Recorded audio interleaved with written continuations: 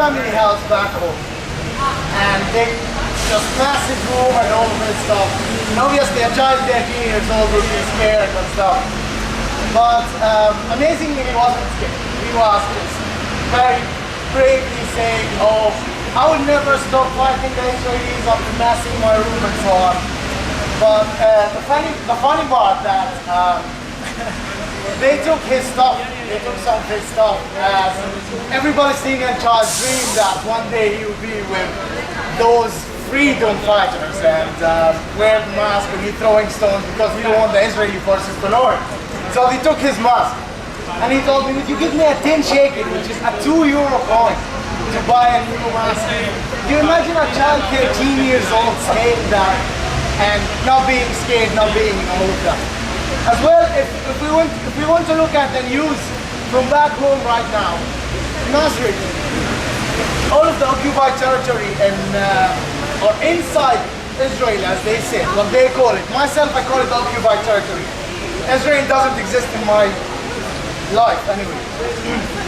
I'm looking at the news, on Facebook, just following some friends, talking to them. In Bethlehem, where I came from, yesterday, 100 child from my hometown going to just protest in front of the Israeli checkpoint and finding 3,000 Palestinian soldiers from the Palestinian Authority standing in front of them.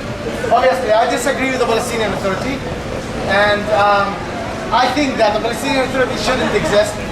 Then we can fight for our freedom in Palestine. Okay? And in Gaza, for example, yesterday, tons of bombs over kids and women and elderly people, destroying their houses, destroying their buildings. And what are we doing? What are we doing? All of us. We're just protesting for them? That's brave of us. What about our governments? What about all of the Arab governments? All of them. We're talking about the Arab Spring that will free all of us. The Arab Spring destroyed all of us. If we think that, look at what's going on in Syria, look at what's going on in Egypt, look at what's going on in Iraq. What are we doing? They're just destroying us. They're not going to free us. Not at all. We have to get rid of our governments and then start thinking of our freedom. It's a time for people to rise, not for politics. Mahmoud Abbas, the Palestinian president, talking about the 3 kidnapped Israeli soldiers. Oh, they're human. They shouldn't be kidnapped. A Palestinian child, 14 years old, kidnapped, killed, and burned. And they throw his body at the side of the street. He said nothing. Nothing. The only politician who just stood up and said, he's in prison now. Anyway. All of the Palestinian Authority ministers in Gaza or in the West Bank, they're doing nothing. They're collecting the taxes from us, collecting the money. And people there, for the last 3 months, with no money, they're working for nothing. All of them. And if you look at all of the guys here, the guys that I know, Sergio or Steve, they're always in contact with people in Gaza, for example, and I'm always in contact with my family back home. Because every second, one of them might be killed. Every second, one of them might be kidnapped. I have, 3, 4 cousins, 13, 14 years old. I don't want to hear that one of them is kidnapped and killed for just protesting in the street. And protesting on the street in Palestine, for people who don't know, is just carrying a stone, wearing a mask, and standing in front of a tank. A man with a gun, an M16 gun, a machine gun, and with all of these bombs on him and all of that, trying to stop a child from throwing stones. It's like how I can tell my youngest sister, which is 15 years old, that this guy is good and this guy wants peace when he's carrying all of these equipment with him, coming to my house with a tank and a gun and asking for peace and talking about let's talk about peace in Palestine. Okay. Stop the occupation, end the occupation, leave my homeland, and then let's talk about peace. Peace would come when we're equal. When 2 sides sitting on the table equally. Not when you have a gun, when they have all of these bombs and talking about peace with a child carrying a stone.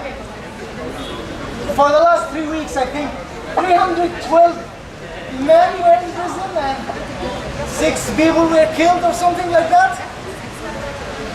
like 600 were arrested, not even 300. It's like in every hometown. Yesterday they were in the Haitian refugee camp where I came from, as I told you. Today, now, right now, when I'm talking, they're in Adele refugee camp. And Adele refugee camp was 2 years ago built around it a wall. Like it's a 9 meter high. And trying to stop all of those kids from just going to their lands. We're basically talking about kids. We're not talking about unarmed guys, you know, having a, I don't know, 3-ton tank. Or it's amazingly surprising when we talk about it. We have to just turn off the TV and listen to the people. Listen for what people are saying.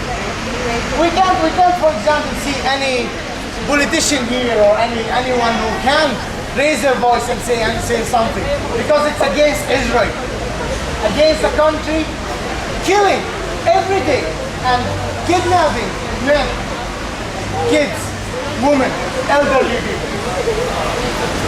I don't know what to say next, guys.